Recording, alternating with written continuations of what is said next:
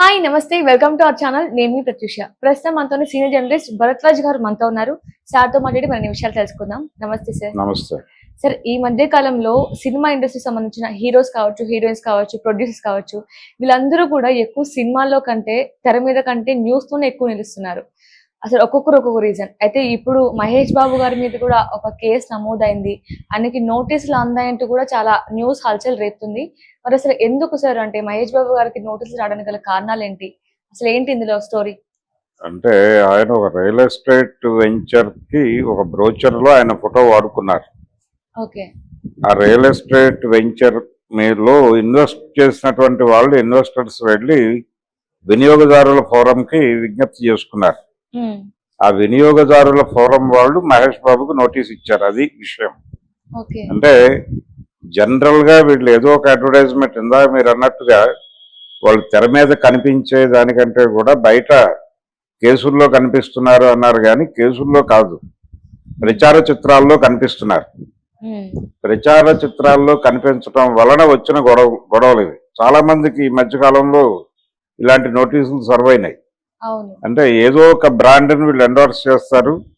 ఆ ఎండోర్స్ చేసినటువంటి బ్రాండ్ అది బూటకమని తేలటమో, లేకపోతే దాని నుంచి అనారోగ్యాలు వస్తున్నాయని తేలటమో, లేకపోతే ఒకవేళ అది రియల్ ఎస్టేట్ అయి ఉంటే వాళ్ళు ఆ వెంచర్లో కస్టమర్లని ఇబ్బంది పెట్టడమో ఏదో జరుగుతుంది. ఎప్పుడైతే కస్టమర్లు ఇబ్బంది పడ్డారో, మేము బలానా వాళ్ళు దీన్ని ప్రమోట్ చేశారు కాబట్టి ఇందులో ఇన్వెస్ట్ చేశామని చెప్పి చెప్తారు. ఒక డాక్టర్ గారు కేసు పెట్టారు ఈ విషయంలో. ఈ రియల్ ఎస్టేట్ కంపెనీ ఏదైతే మహేష్ బాబు అంటే ఆయన ఫోటో అనుమతి ఇచ్చాడు, ఆయన వాళ్ళ బ్రోచర్లో తన ఫోటో వేసుకోవటానికి అనుమతి ఇచ్చాడు. ఆ మేరకు వాళ్ళు ఏదో అమౌంట్ పే చేసి ఉంటారు. ఇది బ్రాండింగ్ ప్రోగ్రామ్ లో భాగంగా జరిగిపోతూ ఉంటుంది. కానీ ఆ రియల్ ఎస్టేట్ కంపెనీ అది నిలబడుతుందో, లేకపోతే వ్యాపారం చేస్తుందో, ఎత్తేస్తుందో, ఇవేవి కూడా ఇన్ డెప్త్ వీళ్ళు ఆ స్టడీలోకి వెళ్లకుండా ఒక రియల్ ఎస్టేట్ కంపెనీ నుంచి ఒక ఆఫర్ వచ్చింది, వెంటనే వీళ్ళ పిఆర్ టీమ్ ఎంటర్ అయిపోయి ఒక బేరం మాట్లాడి అది వారితో ఓకే చేయించుకుని అక్కడ సంతకం పెట్టించేసుకుని ఒక ఫోటో వాడేస్తారు ఈ బ్రోచర్లు ఇలాంటి వాటిల్లో. లేదు వాళ్ళ ఆఫీస్ ఇనాగ్రేషన్కి ఏదైనా వెళ్ళుండొచ్చు, ఈయన వెళ్ళున్న సందర్భంగా తీసినటువంటి ఫోటో ఏదో వాళ్ళు బ్రోచర్లో వాడుంటారు. మహేష్ బాబు వచ్చాడు అంటే ఇది డెఫినెట్ గా కొంత దీనికి ఉనికి ఉన్నటువంటి సంస్థే, కొన్ని విలువలు పాటిస్తుంది, మరీ ఇబ్బంది పెట్టదు కస్టమర్లని అనే ఉద్దేశంతో ఇన్వెస్టర్లు వచ్చి కూడా ఉండొచ్చు. వాళ్ళ ఉద్దేశం కూడా అదే. అంటే బలానా సెలబ్రిటీ మొహం చూపిస్తే జనాలు వస్తారనే పెడతారు, లేకపోతే వీళ్ళని అంతంత డబ్బులు ఇచ్చి ఎందుకు పిలవాలి వాళ్ళు? వీళ్ళు కూడా సామాజిక సేవ చేస్తున్నామని అనుకోకుండా డబ్బులు వస్తున్నాయి కాబట్టి వెళ్ళి ఆ రిబ్బన్ కట్ చేద్దాం అనుకుంటారు. ఆ రిబ్బన్ కత్తిరించిన తర్వాత వచ్చేటువంటి తలకాయ నొప్పులు కూడా భరించాల్సి ఉంటుంది అని అనుకోకపోవడం వలన వచ్చినటువంటి తలకాయ నొప్పులు ఇది. అలా మహేష్ బాబు గారు ప్రమోట్ చేసినటువంటి ఒక రియల్ ఎస్టేట్ కంపెనీకి సంబంధించి ఒక డాక్టర్ గారు స్థలం కొనుక్కున్నారు దానిలో. కానీ దాదాపు 34 లక్షల పైన కట్టేసిన తర్వాత దానికి ప్రాపర్ అనుమతులు లేవు అనే విషయం బయటకు వచ్చింది. ఏ వెంచర్లో అయితే వీళ్ళు డబ్బులు పెట్టారో ఆ వెంచర్కి అన్ని డిపార్ట్మెంట్స్ నుంచి క్లియరెన్స్ లేవు అనేది అర్థమైంది వీళ్ళకి. అప్పటికే దాదాపు 34 లక్షల పైన ఎంతో కట్టేశారు. వీళ్ళు వెళ్ళి అతను అడిగారు, ఆ రియల్ ఎస్టేట్ డెవలపర్ని అడిగితే అతనేం చేశాడు, నేను మొత్తం ఇవ్వలేను, ఇస్తున్నాను అనే పద్ధతిలో వీళ్ళకి ఫేజ్ మేనర్లో ఒక్కొక్కళ్ళకి 17 లక్షల చిల్లరంతో చెల్లించాడు. ఈ వెళ్ళి అక్కడ ఇన్వెస్ట్ చేసినటువంటి వాళ్ళందరికీ చెల్లించాడు, కానీ మిగిలింది రావడం లేదు. మిగిలింది అంటే అతనికి ఎక్కడి నుంచో డబ్బులు రావాలి, వస్తే వీళ్ళకి చెల్లిస్తాడు. బహుశా అతను బ్లాక్ అయి ఉంటాడు. ఇది ఇంకెవరి దగ్గర అగ్రిమెంట్ చేసుకుని ఈ ల్యాండ్లోకి ఎంటర్ అయి ఉంటాడు. అతను అగ్రిమెంట్ చేసుకున్నప్పుడు వాళ్ళకి పే చేసినటువంటి డబ్బులు వెనక్కి వచ్చి ఉండవు. ఈ లోపు ఆ మిగిలిన డబ్బులు దీన్ని ప్రమోట్ చేసుకోవడానికి, ప్రచారం చేయడానికి వాడుంటాడు. మహేష్ బాబు లాంటి వాడికి ఇచ్చి, లేకపోతే ఇంకొకళ్ళకి ఇచ్చి ఒక మార్కెటింగ్ టీంని మెయింటైన్ చేసి ఈ ఖర్చులు అయిపోయి ఉంటాయి. ఈ అయిపోయిన సందర్భంగా ఈ డబ్బులన్నింటినీ ఎక్కడో చోట నుంచి పూల్ చేసి వీళ్ళందరికీ పంచాలి.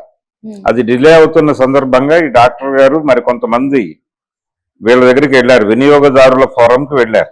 ఉమ్, వినియోగదారుల ఫోరం ఆ కంపెనీకి, అలాగే ఎవరైతే ఎవరి ముఖం చూసైతే మేము ఇక్కడ డబ్బులు పెట్టామని వాళ్ళు చెప్తున్నారో ఆ ముఖం కలిగినటువంటి మహేష్ బాబుకి కూడా నోటీసులు పంపించారు. ఈ నోటీసులు పంపించిన తర్వాత ఇప్పుడు ఆయన స్ట్రైట్ గా ఆయనే హాజరై సంజాయిషి చెప్పాల్సి ఉంటుంది.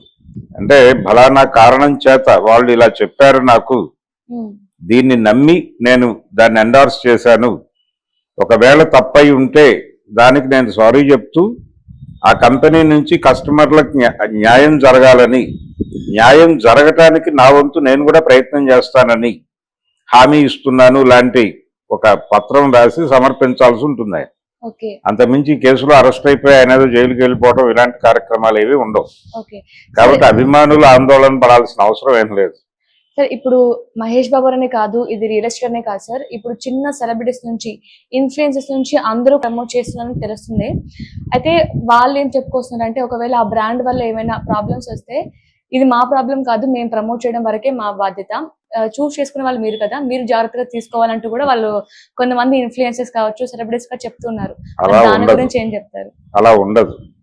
ఎందుకంటే మీరు ఒక ప్రోడక్ట్ ని ప్రమోట్ చేస్తున్నారంటే దాని లోతులు తెలియాలి. ఎందుకు మిమ్మల్ని అప్రోచ్ అవుతున్నారు, ఎందుకు వాళ్ళు వచ్చి మీరు ఒక మాట చెప్పండి అని అడుగుతున్నారంటే మీరు చెప్పడం ద్వారా కొంతమంది దాన్ని పాటించవచ్చు, లేదు ఇదేదో కొంచెం నాణ్యమైన సరుకు అని అనుకోవచ్చు.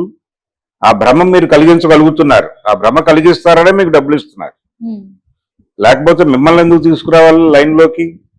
కాబట్టి ప్రతి ఒక్కళ్ళకి కూడా ఇది చాలా అద్భుతమైనటువంటి ప్రోడక్ట్, దీన్ని కొనండి, లేకపోతే ఇది అద్భుతమైన వెంచరు, దీనిలో ఇన్వెస్ట్ చేయండి, లేకపోతే ఇది ఒక అద్భుతమైన చిట్ ఫండ్ కంపెనీ, దీనిలో మీరు డబ్బులు పెట్టండి సేఫ్గా ఉంటుంది, ఇది ఒక అద్భుతమైన మ్యూచువల్ ఫండ్ ఏజెన్సీ, మీ డబ్బులు ఇక్కడ భరోసాగా ఉంటాయి అని మీరు చెప్తున్నారు అంటే మినిమం మీరు ఒక రీసెర్చ్ ప్రోగ్రామ్ పెట్టుకోవాలి వాళ్ళతో. ఆ ప్రోడక్ట్ ఏమిటి, ఆ ప్రోడక్ట్ వలన, ఆ ప్రోడక్ట్ వాడటం వలన ఏమైనా సైడ్ ఎఫెక్ట్స్ ఉన్నాయా. ఇప్పుడు ఉదాహరణకు ఆ మధ్యకాలంలో ఈ కూల్ డ్రింక్ యాడ్స్ విపరీతంగా చేశారు పెద్ద హీరోలు, చిరంజీవి గారు, పవన్ కళ్యాణ్, వీళ్ళందరూ చేస్తున్న టైంలో ఈ కూల్ డ్రింక్స్ లో వేసేటువంటి ప్రిజర్వేటివ్స్ లో రసాయన పదార్థాలు అవి కడుపులోకి చేరి ఆరోగ్యాలను చెడగొడుతున్నాయి, రకరకాల వ్యాధులు వస్తున్నాయి అని ఒక పరిశోధనా సంస్థ ఒక విషయాన్ని బయటికి చెప్పింది. చెప్పినప్పుడు ఈ కూల్ డ్రింక్ యాడ్స్ చేస్తున్నటువంటి హీరోలందరి మీద విమర్శలు వచ్చినాయి. వచ్చినప్పుడు వీళ్ళు వెళ్ళి ఆ ఫ్యాక్టరీలు వెరిఫై చేసి వచ్చారు. కనీసంగా మినిమం చిరంజీవి వెళ్ళి ఆ థమ్స్అప్ అది మ్యానుఫ్యాక్చరింగ్ యూనిట్ దానికి సంబంధించి వాళ్ళందరితో మాట్లాడి ఆ వీడియో అంతా షూట్ చేసి బయటకి తీసుకొచ్చారు. అంటే నేను పూర్తి వివరాలు తెలుసుకున్న తర్వాతే ఎండార్స్ చేశాను అని ప్రపంచానికి ఒక సంజాయిషి చెప్పుకున్నాడు ఆయన. అలా సంజాయిషి చెప్పుకుని తీరాలి. మేం చెప్పాము, మీ జ్ఞానం ఏమైంది అని మాట్లాడటం అది బాధ్యత రాహిత్యం. ఖచ్చితంగా మీరు ఒక ప్రోడక్ట్ కొనండి అని చెప్తున్నారంటే ఆ ప్రోడక్ట్ గురించి మీకు పూర్తి జ్ఞానం ఉన్నప్పుడే ప్రమోట్ చేయాలి. జ్ఞానం లేకుండా ఎవరో చెప్పిన విషయాలను ఆధారం చేసుకుని మీరు ప్రమోట్ చేసినా, లేకపోతే ప్రమోషన్కి మీరు ఉపయోగపడినా ఖచ్చితంగా ఒకవేళ ఆ ప్రోడక్ట్ వలన అవతలాలు నష్టపోతే ఎవరైతే కొనుగోలు చేశారో కస్టమర్లు, వినియోగదారులు నష్టపోతే వినియోగదారుల హక్కులు కాపాడటానికి వినియోగదారుల ఫోరాలు ఉన్నాయి. అక్కడికి వెళ్ళి వాళ్ళు గనక కంప్లైంట్ పెడితే మీరు ఖచ్చితంగా అక్కడ హాజరై సంజాయిషి ఇచ్చుకోవాల్సి ఉంటుంది. ఇంతకీ మహేష్ బాబు ప్రమోట్ చేసినటువంటి భూమి బాలాపూర్ ఏరియాలో ఉంది. కంచర్ల సతీష్ చంద్ర అనేటువంటి వ్యక్తి డెవలపరు